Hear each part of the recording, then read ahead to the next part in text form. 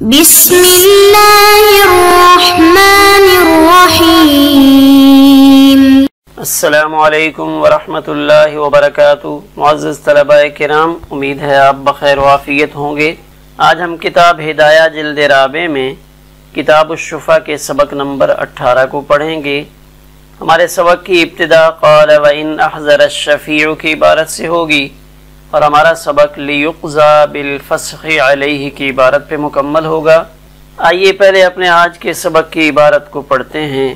بسم اللہ الرحمن الرحیم۔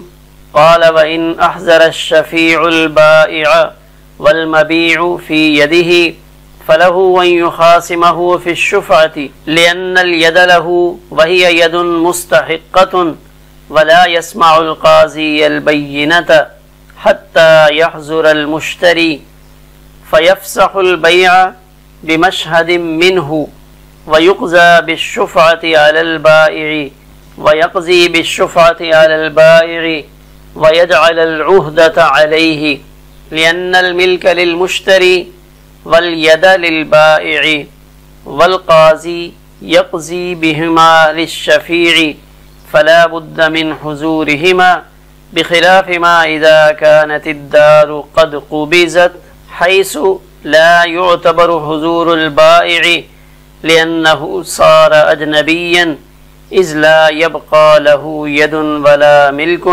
وقوله فيفسح البيع بمشهد منه إشارة إلى علة أخرى وهي أن البيع في حق المشتري إذا كان ينفسخ لا بد من حضوره لِيُقْضَى بِالْفَسْخِ عَلَيْهِ۔ آئیے پہلے اپنے آج کے سبق کی عبارت کا ترجمہ کرتے ہیں۔ قال امام قدوری رحمہ اللہ فرماتے ہیں وَإِنْ أَحْضَرَ الشَّفِيعُ الْبَائِعَ کہ اگر شفیع نے بائع کو قاضی کے ہاں حاضر کر دیا وَالْمَبِيعُ فِي يَدِهِ اور وہ مبیع مکان ابھی تک بائع کے قبضے میں ہے فَلَهُ أَنْ يُخَاصِمَهُ فِي الشُّفْعَةِ تو شفیع کو شفع کے سلسلہ میں بائع سے مخاصمت کرنے کا حق ہے لِأَنَّ الْيَدَ لَهُ اس لیے کہ قبضہ بائع کا ہے وَهِيَ يَدٌ مُسْتَحِقَّةٌ اور یہ قبضہ معتبر ہے وَلَا يَسْمَعُ الْقَاضِي الْبَيِّنَةَ اور قاضی بینہ نہیں سنے گا حَتَّى يَحْضُرَ الْمُشْتَرِي یہاں تک کہ مشتری حاضر ہو جائے۔ مشتری کے آنے سے پہلے قاضی کوئی بینہ نہیں سنے گا۔ فَيَفْسَخُ الْبَيْعَ بِمَشْهَدٍ مِّنْهُ لہذا مشتری کے آنے کے بعد مشتری کی موجودگی میں قاضی بیع کو فسخ کرے گا۔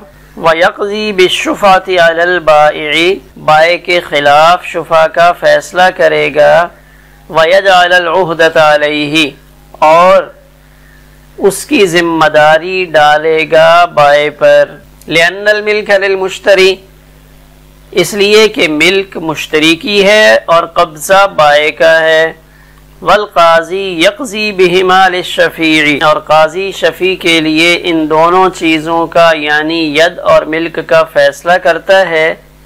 فَلَا بُدَّ مِنْ حُضُورِهِمَا لہذا بائع اور مشتری دونوں کا موجود ہونا ضروری ہے، بخلاف اس صورت کے کہ جب گھر پہ قبضہ کیا جا چکا ہو۔ حیث لا یعتبر حضور البائع تو اس وقت بائع کے حاضر ہونے کا کوئی اعتبار نہیں کیا جائے گا اس لیے کہ وہ اجنبی ہو گیا۔ اذ لا یبقى له ید ولا ملک کیوں؟ اس لیے کہ نہ تو اس کا قبضہ باقی ہے اور نہ ہی اس کی ملکیت باقی ہے۔ وقولہ اور امام قدوری رحمہ اللہ کا قول فیفسح البیع بمشهد منہ اس میں ایک دوسری علت کی طرف اشارہ ہے اور وہ یہ کہ جب بیع مشتری کے حق میں فسخ ہو رہی ہے تو لا بد من حضورہ اس کا موجود ہونا ضروری ہے تاکہ اس پر فسخ کا فیصلہ کیا جا سکے۔ آئیے اب ہم اپنے سبق کی تشریح کرتے ہیں۔ گزشتہ سبق میں شفع کا مسئلہ عدالت میں جانے کا تذکرہ ہوا تھا کہ شفع کے لیے عدالت میں جانا جائز ہے۔ کوئی آدمی اپنا حق کے شفع وہ وصول کرنا چاہے تو قاضی کی عدالت میں جانے کی گنجائش موجود ہے۔ اب شفیع جب شفا کا دعویٰ کرے گا تو اس میں دو حالتیں ہو سکتی ہیں کہ اس کے پڑوس میں جو مکان بکا ہے بائع نے وہ مکان مشتری کے حوالے کر دیا ہو، یا وہ مکان ابھی تک بائع کے قبضے میں موجود ہو، بیع تو ہوئی ہے لیکن بائع نے مشتری کے حوالے وہ مکان نہیں کیا۔ تو یہاں اس دوسری صورت کو لے کر اس کی وضاحت کی جا رہی ہے کہ شفیع نے شفا کا دعویٰ کیا، اس نے طلب مواسبت کی، اشہاد بھی قائم کر لیے، اب مکان فی الوقت بائع کے قبضے میں موجود ہے، اس نے ابھی تک مشتری کو قبضہ نہیں دیا، تو اب شفیع بائع کو لے کر قاضی کے سامنے پیش ہوا کہ قاضی صاحب یہ میرا پڑوسی ہے، اس نے اپنا مکان بیچا ہے، میرا اس پر حق شفا بنتا ہے، لہذا میں اپنے اس حق شفا کی وجہ سے اس مکان کو لینا چاہتا ہوں۔ وَإِنْ أَحْضَرَ الشَّفِيعُ الْبَائِعَ، اگر شفیع نے بائع کو حاضر کر دیا عدالت میں، وَالْمَبِيعُ فِي يَدِهِ، اور مبیع چیز ابھی تک بائع کے قبضے میں ہے، وہ پلاٹ ہو، وہ مکان ہو، زرعی زمین ہو، کچھ بھی ہو، فَلَهُ أَن يُخَاصِمَهُ فِي الشُّفَعَةِ، تو اگر بائع کے قبضے میں ہے تو پھر شفیع کو یہ حق ہے، فَلَهُ شفیع کو یہ حق ہے، أَن يُخَاصِمَهُ کہ وہ اس بائع کو اپنا مد مقابل بنائے، فی الشفاعتی اس شفا کے معاملے میں۔ کیوں؟ لأن الید لہو، اس لیے کہ قبضہ بائع کا ہے، وہی ید مستحقۃ، وہی ید مستحقۃ، یہ قبضہ معتبر ہے، یعنی قبضے میں تھوڑا سا فرق آ رہا تھا، وہ اس بنیاد پہ کہ چونکہ اس بائع نے تو اپنا مکان بیچ دیا ہے، مکان بیچا ہے، مشتری اس مکان کی ملکیت میں داخل ہو چکا ہے، تو آیا فی الوقت جو اس کا قبضہ ہے، اس قبضے کی حیثیت کیسی ہے؟ عام مالک جیسا قبضہ ہے یا اس قبضے کے اندر کچھ کمزوری آ چکی ہے؟ تو اس کی وضاحت فرمائی نہیں، وہی ید مستحقۃ، یہ قبضہ معتبر ہے جیسے مالک کا قبضہ ہوتا ہے، جیسے مالک اپنے قبضے کی وجہ سے 100% اس کے تمام اجزاء پر قابض ہوتا ہے، اس کی ملکیت شمار ہوتی ہے، تو بالکل عام مالک کی طرح ان کا قبضہ وہ معتبر سمجھا جائے گا۔ اسی وجہ سے تو اس کو حق ہے کہ یہ سمن وصول کرنے سے پہلے اس کو روکے رکھے، یعنی اگر یہاں پہ بائع کے قبضے میں موجود ہوتے ہوئے شفیع کے حق میں فیصلہ ہو جاتا ہے، قاضی شفیع کے حق میں فیصلہ سنا دیتا ہے کہ شفیع شفا کی وجہ سے اس مکان کو لے سکتا ہے، تو اب اس بائع کو پورا حق حاصل ہوگا کہ وہ اس مکان کو روکے رکھے، اس مکان کی چابی شفیع کے حوالے نہ کرے جب تک وہ اس کی مطلوبہ قیمت مثلا 15 لاکھ روپے ہے، تو جب تک وہ 15 لاکھ وصول نہیں کرتا اس کو روکنے کا حق حاصل ہے۔ وہی ید مستحقۃ، یعنی یہ قبضہ معتبر ہے اور اصل قبضے کی طرح ہے، یہ قبضہ اس کا اپنا اصل مالک جیسا قبضہ ہے۔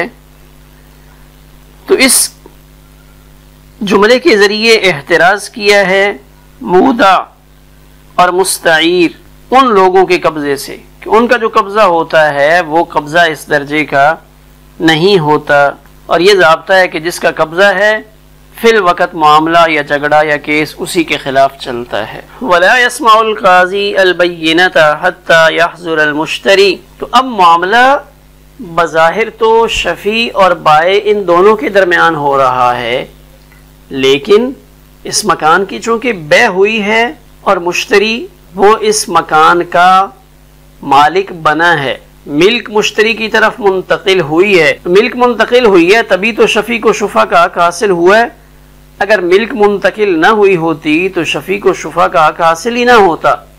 تو ملک جس شخص کی طرف منتقل ہوئی ہے یعنی مشتری، اس کا حاضر ہونا ضروری ہے۔ یہاں دیکھیں یہ بائع احمد کا گھر ہے جو فی الحال قابض ہے، احمد اس مکان پر قابض ہے، شفیع عبداللہ ہے، عبداللہ کا یہ ساتھ والا گھر ہے، سعید مشتری ہے، سعید نے یہ والا گھر خریدا ہے، تو عبداللہ شفا کر کے احمد کو اپنا خصم بنا رہا ہے۔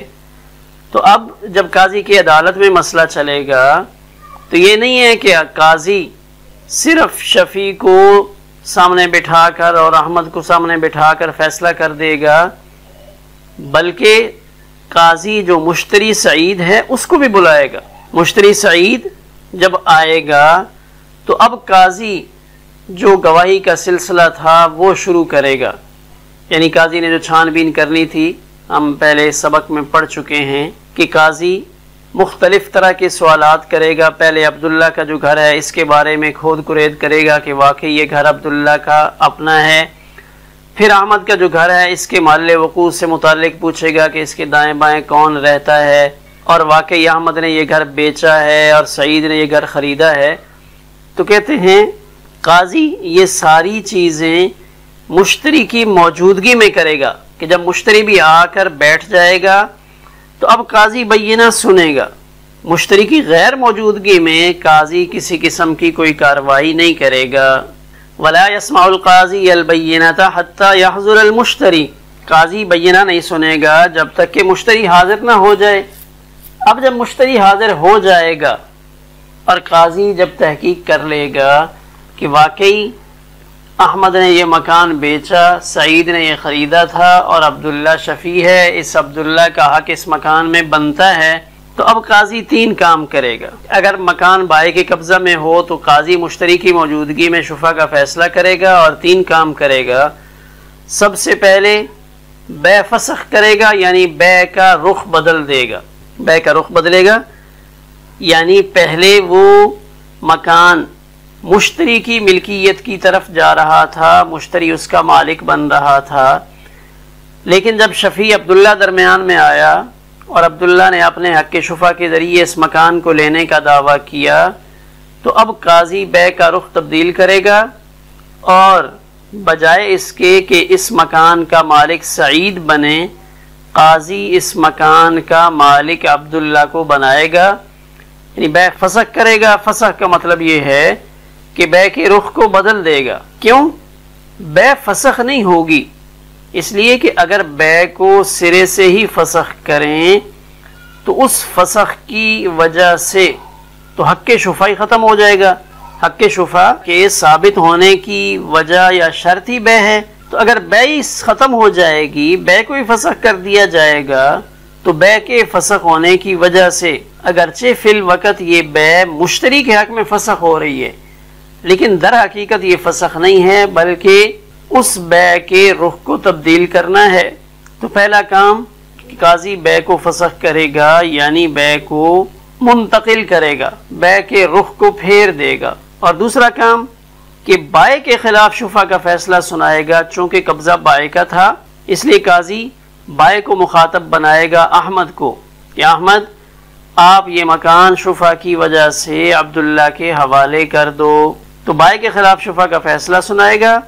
اور تیسرا کام وَيَجْعَلَ الْعُهْدَةَ عَلَيْهِ، تمام ذمہ داریاں بائے پر ڈالے گا کہ دیکھو یہ مکان آپ نے بیچا ہے، اس مکان میں کوئی حصے دار نکل آتا ہے، ممکن ہے کل تمہارے بھائی بہن کھڑے ہو جائیں کہ اس میں تو ہمارا بھی حصہ تھا، تو اگر کوئی حصے دار نکلتا ہے تو ان کو جواب تم نے دینا ہے۔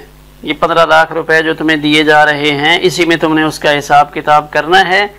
اگر کوئی حقدار نکل آتا ہے یا اس کے کاغذات میں کچھ گڑبڑ نکلتی ہے، انتقال وغیرہ کے اندر اگر کوئی مسئلہ ہوتا ہے تو قاضی تمام ذمہ داری بائے کے اوپر ڈالے گا۔ یہ 3 کام قاضی کرے گا۔ پہلا کام فَيَفْسَحُ الْبَيْعَ بِمَشْهَدٍ مِّنْهُ، بے کو فسخ کرے گا مشتری کی موجودگی میں۔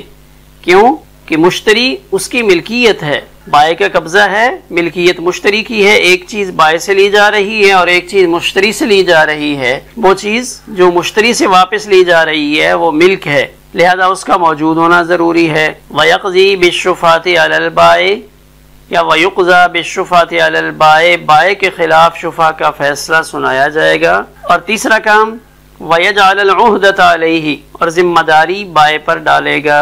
لِأَنَّ الْمِلْكَ لِلْمُشْتَرِي، اس لیے کہ ملک مشتری کی ہے اور قبضہ بائے کا ہے۔ وَالْقَاضِي يَقْضِي بِهِمَا، اور قاضی ان دونوں چیزوں کا فیصلہ کر رہا ہے شفیع کے حق میں، کہ قاضی جب فیصلہ کرے گا تو اب قبضہ بھی شفیع کو ملے گا اور ملک بھی شفیع کو ملے گی۔ یہ نہیں ہے کہ صرف قبضہ شفیع کو مل جائے اور ملک شفیع کی طرف منتقل نہ ہو، قاضی کا فیصلہ اتنا زبردست اثر ظاہر کرے گا کہ اس مکان کی ملکیت بھی اور اس مکان کا قبضہ بھی شفیع کی طرف منتقل ہو جائے گا۔ جب دو الگ الگ چیزیں ہیں، قبضہ بائع کا ہے، ملک مشتری کی ہے، تو اب قاضی کے فیصلے کے ذریعے جب دو چیزیں دو جگہ سے لی جا رہی ہیں تو فلا بد من حضورہما، تو ان دونوں متعلقہ افراد کا موجود ہونا ضروری ہے۔ بخلاف ما اذا كانت الدار قد قبضت، اس کے برخلاف دوسری صورت کہ جب مکان بائع کے قبضے میں نہ ہو، مکان کا قبضہ بھی مشتری سعید کے پاس پہنچ چکا ہو، سعید نے اس مکان کا قبضہ بھی لے لیا ہو، حیث لا یعتبر حضور البائع، تو اب بائع احمد کی موجودگی کا کوئی اعتبار نہیں ہے، اس کا ہونا نہ ہونا برابر ہے، لأنہ صار اجنبیا، اس لیے کہ اب تو وہ اجنبی بن چکا ہے۔ کیوں؟ اس لیے کہ مکان کی ملکیت کے لیے دو ہی صورتیں تھیں، یا ید ہو یا ملک ہو، اذ لا یبقى له ید ولا ملک، اس لیے کہ احمد بائع کا نہ قبضہ باقی ہے نہ ملک باقی ہے۔ وقولہ، یہاں سے صاحب ہدایہ امام قدوری ان کے ایک جملے کی تشریح کر رہے ہیں، فَيَفْسَحُ الْبَيْعَ بِمَشْهَدٍ مِّنْهُ، کہ قاضی بے فسخ کرے گا مشتری کی موجودگی میں۔ یہ جملہ کیوں لائے یا اس کا کیا فائدہ ہے؟ تو اس میں کہہ رہے ہیں اشارۃ الی علت اخری، اس میں ایک دوسری علت کی طرف اشارہ کرنا مقصود ہے۔ وہ کیا ہے؟ ان البیع فی حق المشتری، کہ بے مشتری کے حق میں ثابت ہوئی تھی اذا کان ینفسخ، جب فسخ کر رہا ہے تو مشتری کے حق میں بے پہلے ثابت ہو چکی ہے، تو لا بد من حضورہ، تو اب مشتری کا حاضر ہونا ضروری ہے، لیقضى بالفسخ علیہ، تاکہ اس مشتری کے خلاف بے کے فسخ کا فیصلہ کیا جائے۔ کہیں قضاء علی الغائب لازم نہ ہے کہ اگر مشتری نہیں آتا اور قاضی مشتری کی غیر موجودگی میں فیصلہ سناتا ہے تو یہ قضاء علی الغائب ہوگی۔ تو مشتری کے حاضر ہونے کی گویا کہ دو علتیں ہیں، ایک تو وہ کہ اس گھر میں اس کی ملکیت ثابت ہے، اور دوسرا یہ کہ مشتری کے حق میں چونکہ بے ثابت ہو چکی ہے اور قاضی نے اس بے کو فسخ کرنا ہے، یعنی بے کے رخ کو تبدیل کرنا ہے۔ جو بے کا حکم مشتری سعید کے لیے ثابت ہو رہا تھا، اب وہ حکم سعید سے اٹھا کر شفیع عبداللہ کی طرف منتقل کرنا ہے، لہٰذا جہاں سے وہ چیز لینی ہے یعنی مشتری سے ملکیت لینی ہے تو مشتری کا موجود ہونا ضروری ہے، تو اب مشتری سے لے کر وہ ملکیت شفیع عبداللہ کی طرف منتقل کی جائے گی۔ ہمارا آج کا سبق اسی پر مکمل ہوا۔